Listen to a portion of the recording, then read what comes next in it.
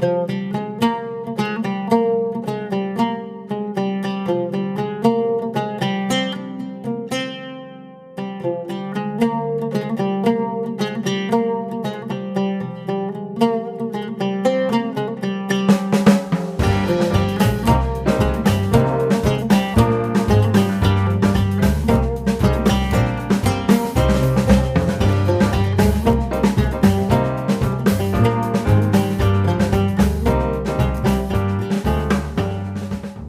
किला पट्टी शहर के बिल्कुल अंदर है और मुग़ल काल का एक प्रसिद्ध किला है, क्योंकि पट्टी शहर बहुत ऐतिहासिक व प्राचीन शहर है और यहाँ ह्यून सांग जो चीनी यात्री थे वो भी आए थे। इसका संबंध सिखों से ऐसे है कि जब ज़करिया खान लाहौर का सूबेदार था, गवर्नर था, तो सिखों पर जुल्म बहुत होते थे और यहाँ तब किला नहीं था, जबकि अब मैं बात सुनाने लगा हूँ, तब यहाँ मैदान था।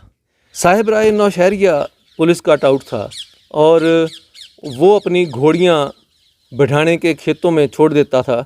बढ़ाने के सरदारों ने उन्हें रोका, परंतु उसने कहा कि मेरे पास रस्से नहीं हैं और मैं अगर चाहते हैं आप कि मैं घोड़ियाँ बांध कर रखूँ तो आप ही के बालों के रस्से मैं बनाकर इन्हें डाल देता हूँ, इन्हें पकड़ कर बांध देता हूँ। परंतु इस पर सिखों ने कुछ नहीं कहा, वो चुप रहे। अगले दिन उन्होंने घोड़ियाँ खुद ही पकड़ ली और बाबा आला सिंह पटियाले के पास जाकर बेच दी और जो पैसा मिला उसे बाबा तारा सिंह वहाँ वालों के लंगर में जमा करवा दिया। बाबा तारा सिंह वहाँ वाले तब लंगर लगाते थे। भूखे प्यासे सिख जब आते थे छिपते छिपाते तो वो वहाँ से आकर लंगर छकते थे। लेकिन घोड़ियों का पता लगाते लगाते चौधरी साहिब राय वहाँ पर आ गए, तो इस पर सिखों ने उसकी पिटाई कर दी। तो बाद में साहिब राय पट्टी के मिर्ज़ा जाफ़र बेग के पास आकर रोया और कहानी को बढ़ा चढ़ाकर बताया।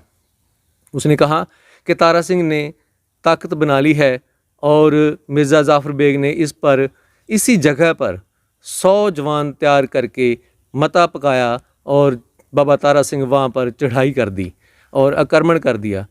तब ये किला नहीं था, ये एक मैदान ही था। तो क्या हुआ कि सरदार बघेल सिंह जो बुस्सियाँ वाले थे, उन्होंने देखा कि कोई फ़ौज आ रही है और वहाँ को बढ़ रही है। वहाँ पर सिख इकट्ठा हुए थे, तो उन्होंने सोचा कि अब सिखों का वो खुरा खोज मिल जाएगा, उन्हें ठिकाना पता चल जाएगा अगर फ़ौज वहाँ पर चली गई तो। बाबा बघेल सिंह ने क्या किया कि उनका ध्यान बटाने के लिए इधर को यहीं युद्ध शुरू कर दिया और इस पर साहिब राय वहाँ से भाग गया। परंतु वहाँ से जाफ़र बेग को लेकर लाहौर के सूबेदार ज़करिया खान के पास गया, तो उन्होंने मोमन खान की ड्यूटी लगा दी और फ़ौज देकर वहाँ से उसे तोड़ दिया और इस पे 2-3 महीने का समय लग गया। ये बात 1726 की है। तो उधर सिंह भी वहाँ गांव में इकट्ठा हो गए, तो फिर मुकाबला हुआ जिसमें बाबा तारा सिंह व अन्य सिख शहीद हो गए। इस किले के इतिहास का एक और अध्याय ये है कि पट्टी के मिर्ज़ा जाफ़र बेग का दिल एक माछी की लड़की सलमा पर आ गया और उसने अपने सिपाहियों से उसे उठवा लिया। इस पर माछी ज़करिया खान के पास गया और उसने बोला कि उनके भाई ने ये काम किया है, परंतु ज़करिया खान ने साफ मना कर दिया क्योंकि वह उसका भाई था और वो जाफ़र बेग को कुछ नहीं कहना चाहता था। तो उदास हो के जो माछी था वो वापस आ गया। जब वापस आ गया, मार्ग से होते हुए खालड़ा और नारली से होते हुए यहाँ पहुँचा, तो लोगों ने जब वहाँ अंधेरा हो गया उसे, तो उन्होंने रात रहने के लिए जगह पूछी। तो सिखों ने बताया कि जहाँ पास ही में पूला गांव है, वहाँ के भाई तारू सिंह के पास आप चले जाएं। तो माछी ने कहा कि वो तो मुसलमान है, लेकिन भाई तारू सिंह सिख हैं, तो वो उन्हें रख लेंगे, उन्हें खाना प्रसादा दे देंगे। तो इस पर उन्होंने कहा कि ऐसा नहीं है, कि वो सिख हो के सभी धर्मों का सत्कार करते हैं, वो आपको वहाँ सुरक्षित रखेंगे। इस पर भाई तारू सिंह के पास जब वो माछी गया तो उन्होंने उन्हें माछी के उदास होने का कारण पूछा। उस माछी ने ये बताया कि उसकी लड़की को जाफ़र बेग ने उठवा लिया है और उसके भाई ज़करिया खान ने भी कोई कार्रवाई करने से मना कर दिया है। तो भाई तारू सिंह ने अपने सिखों से कहा कि वो जाएं, और इसी किले में वो लड़की को रखा गया था। और उन्होंने जिन सिखों की ड्यूटी लगाई तो उन्होंने यहाँ से सलमा को छुड़वाया और उसके पिता के हवाले कर दिया। मुग़लों को पता चल गया कि ये तारू सिंह जो पूला गांव का है, ये भी अपनी ताकत बहुत बढ़ा रहा है, और उसी ने सिखों को उस लड़की को छुड़ाने के लिए भेजा था। इस पर तारू सिंह को गिरफ़्तार करके पहले तो लाहौर ले जाया गया, पहले तो जहाँ रखा गया, फिर लाहौर ले जाया गया ज़करिया खान के पास। तो ज़करिया खान के साथ बालों को लेकर बहुत उसकी तीखी बहस हुई। उसने कहा कि तेरे बाल काट देंगे। उसने कहा बाल मेरे कोई नहीं काट सकता, काटना है तो सिर काटो, मेरी खोपड़ी उतारो। पहले तो ज़करिया खान ने किसी को हुक्म दिया कि इसके बाल काट दिए जाएं, परंतु वहाँ पर कोई भी उसके बाल काटने के लिए तैयार नहीं हुआ। तो इस पर एक तो ज़करिया खान क्रोधित हो गया और दूसरा इरिटेट हो गया और उसने उसकी खोपड़ी उतारने का हुक्म दे दिया। भाई तारू सिंह की खोपड़ी को उतार दिया और भाई तारू सिंह बिना खोपड़ी के 22 दिन तक ज़िंदा रहे, और क्योंकि उन्हें एक टोबे में फेंकवा दिया था। भाई तारू सिंह की खोपड़ी उतारने के उसी समय के बाद ज़करिया खान बीमार हो गया, उसे पेशाब आना बंद हो गया और वो बांध पड़ गया, और उस तकलीफ़ से वो 22 दिन तक तड़पता रहा। तो उसे किसी ने बताया कि अगर भाई तारू सिंह का जूता उसके सिर में मारा जाए तो उसका जो बांध है वो टूट सकता है। तो उस समय भाई शाहबाज सिंह और शबेग सिंह के हाथ ये मैसेज भेजा कि भाई तारू सिंह का जूता लाया जाए और ज़करिया खान के सिर में मारा जाए, तो वो उसका पेशाब की जो प्रॉब्लम है वो सही होगी। तो 22 दिन तक वो पेशाब के इस रोग से तड़पता रहा और बाद में मर गया। एक और भी बात हम यहाँ बताना चाहते हैं कि सिखों के 12 बजने की बात भी इसी बात से प्रचलित हुई है। कह देते हैं कि सिखों के 12 बजे होते हैं। वो इसीलिए बजे होते हैं कि सिख जब भी ऐसी कोई बात करते थे, जब भी कोई मुग़ल पठान हिंदुओं की लड़कियों को उठा के ले जाते थे, तो वो उनके माँ बाप जो होते थे वो सिखों के पास आते थे और सिख 12 बजे दोपहर को हमला करते थे, उन पर आक्रमण करते थे, क्योंकि 12 बजे दोपहर को सभी मुग़ल पठान सोए होते थे और गलियां सड़कें सब खाली होती थीं।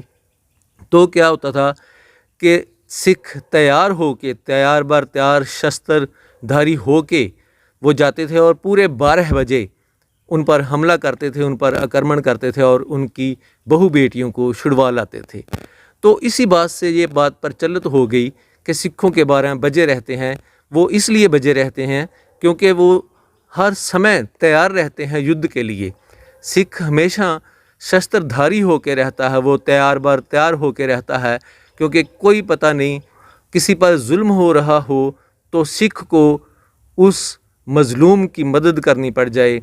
कोई पता नहीं कब किसी को सिख की ज़रूरत पड़ जाए और सिख फिर तैयार होने नहीं आएगा। वो खुद पहले से ही तैयार बर तैयार रहते हैं सिख। तो इसी बात को लेके यह बात प्रचलित हुई कि सिखों के तो 12 बजे ही रहते हैं।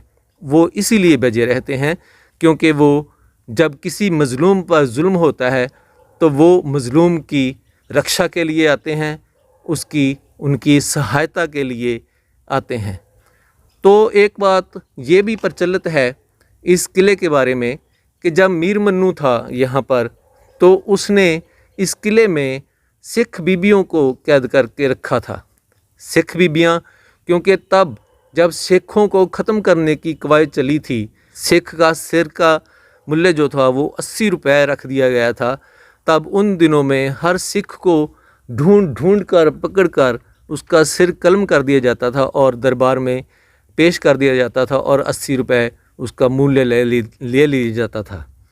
तो यहाँ पर ये बात चली मुग़लों में कि सिखों के पास क्या है कि ये ख़त्म नहीं हो रहा है। तो किसी ने बताया कि इनकी माताओं को जो इन्हें जन्म देती हैं उन्हें मारना चाहिए और उन पर जुल्म करना चाहिए, क्योंकि वो नहीं रहेंगी तो सिख भी ख़त्म होंगे, सिख भी नहीं रहेंगे, तो उनकी माताओं को मारा जाए। तो मीर मन्नू ने सिख बीबियों को कैद करके इसी किले में रखा था। और ये जो आप चक्की देख रहे हैं, ये चक्की का नीचे वाला हिस्सा है, इसके ऊपर एक और पुड़ होता है। यहाँ पर सवा मन के जो पीसने थे उनसे पिसवाए जाते थे। सवा मन उन्हें अनाज दिया जाता था और वो भूखी प्यासी इस चक्की से वो अनाज पीसती थी। एक और इतिहास है इसी जगह का, इसी किले का, कि पठानों से ये किला जीता था 1755 ईस्वी में। जो फैज़लपुरिया मिसल थी, जिसे सिंहपुरिया मिसल भी कहा जाता है, उसके जो नवाब कपूर सिंह थे, उनके भतीजे सरदार खुशहाल सिंह ने ये किला जो था वो पठानों से जीत लिया था। किले में कमरे होंगे, पहले जो बुनियादें हैं, नींव हैं, वो रखी हुई दिखती हैं, दीवारें दिखती हैं, लेकिन ऊपर दीवारें नहीं हैं। तो यहाँ कमरे रहे होंगे यहाँ पर। और हम दूसरी तरफ चलते हैं।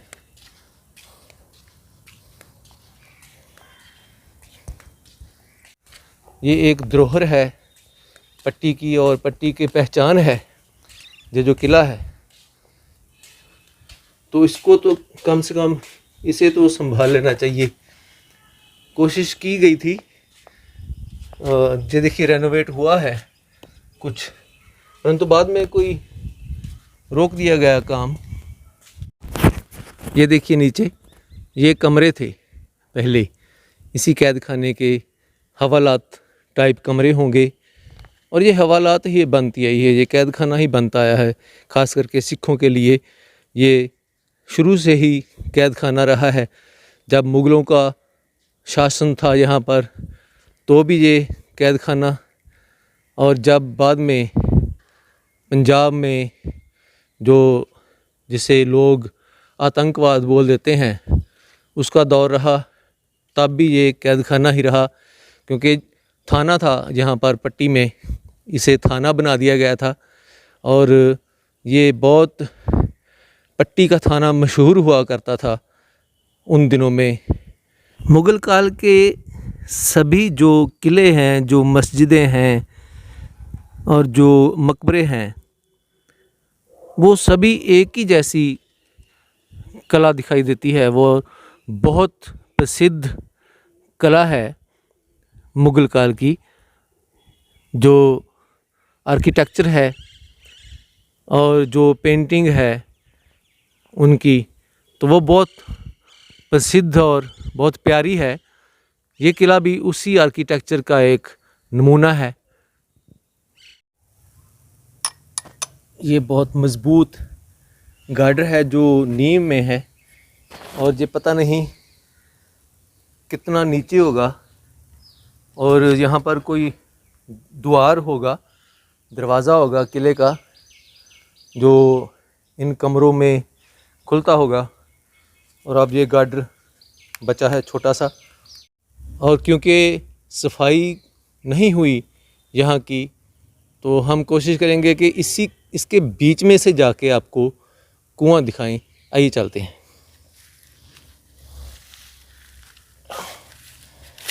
ये है बहुत,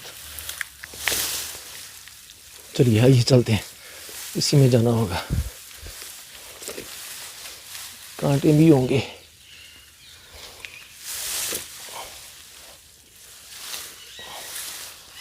देखा जाएगा अब तो।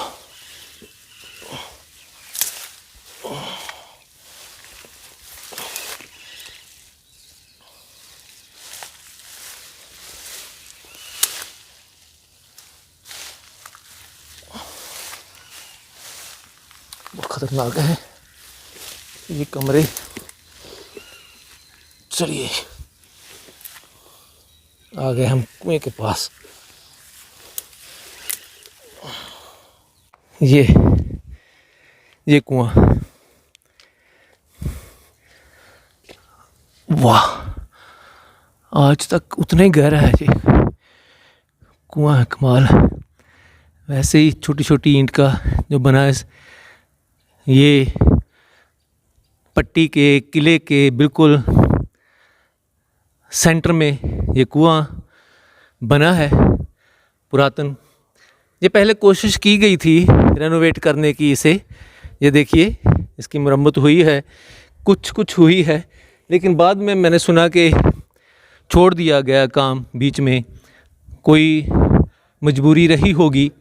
यूँ तो पट्टी जैसे एक बड़ा शहर है, तो इस किले को अगर सरकार की ओर से किया जाए रेनोवेट तो अच्छा खासा टूरिस्ट पॉइंट बन सकता है। ये देखिए, ये है कुआं और वो आसपास ये किला है, और जो देखने वाली चीज़ है यहाँ की वो मुग़ल काल का जो आर्किटेक्चर है वो है।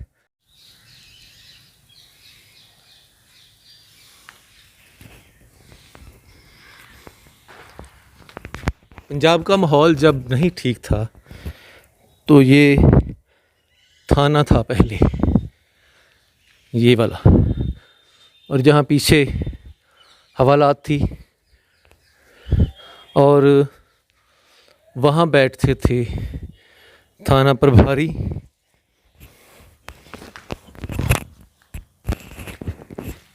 आजकल तो यहाँ क्योंकि बरसात की वजह से घास और जड़बूटी बहुत हो गई तो नहीं आते लोग, अदरवाइज़ बाहर से देखने आते हैं। ये रहा कमरा थाना प्रभारी का। जब पंजाब का माहौल ठीक नहीं था तो पुलिस थाना यहाँ पर बनाया गया था। ऊंची जगह थी और पुलिस के लिए सेफ थी, तो यहाँ से निगाह रहती थी आसपास, तो इसी वजह से बनाया गया।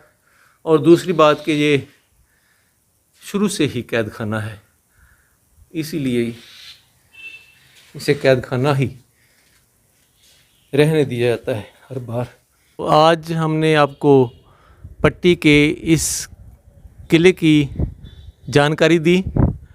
कैसी लगी ये जानकारी और कैसा लगा आपको ये वाला एपिसोड, कमेंट करके ज़रूर बताइएगा, क्योंकि आपके कमेंट्स हमारे लिए बहुत बड़ी जो टॉनिक है उसका काम करते हैं, और फीडबैक मिलती है हमें क्या इसमें चाहिए था, क्या नहीं चाहिए था। आने वाले एपिसोड्स में हम आपको कैसी जानकारी दें, इसी के साथ हम आपसे आगे लेते हैं। बहुत धन्यवाद। वीडियो को शेयर करना मत भूलिएगा, लाइक कमेंट ज़रूर करें। अगर चैनल पर नए हैं तो प्लीज़ सब्सक्राइब ज़रूर करें। इस चैनल को सब्सक्राइब करने से एक तो आपके लिए सुविधा रहेगी कि आपके पास नोटिफिकेशन पहुंचता रहेगा, और दूसरा आपके ज्ञान में बहुत बढ़ोतरी होगी। बहुत धन्यवाद, फिर मिलेंगे।